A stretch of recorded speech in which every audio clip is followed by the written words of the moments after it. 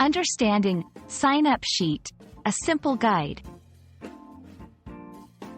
Hello, everyone. Today, we're going to explore a common term used in many settings, the sign-up sheet.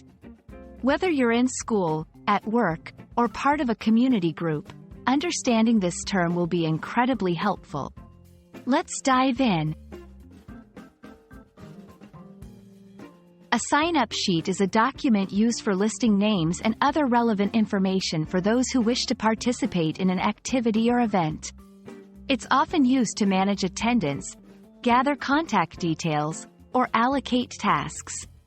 The key feature of a sign-up sheet is its organizational function, making it easier to coordinate activities and participants.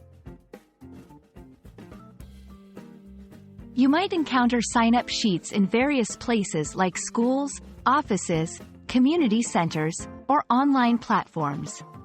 They are often used for organizing events, meetings, workshops, or volunteer activities. In the digital age, sign-up sheets can also be found in electronic formats, like online forms or shared documents. Using a sign-up sheet is straightforward. If you're participating, you simply write your name and other requested details in the designated spaces.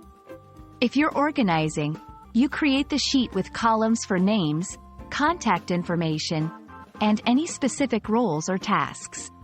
It's important to be clear and concise when designing a sign-up sheet to avoid confusion. To make a sign-up sheet effective, keep these tips in mind. Clarity, make sure the purpose of the sheet is clear. Simplicity, avoid overcomplicating the layout. Accessibility, ensure everyone who needs to sign up can access the sheet easily.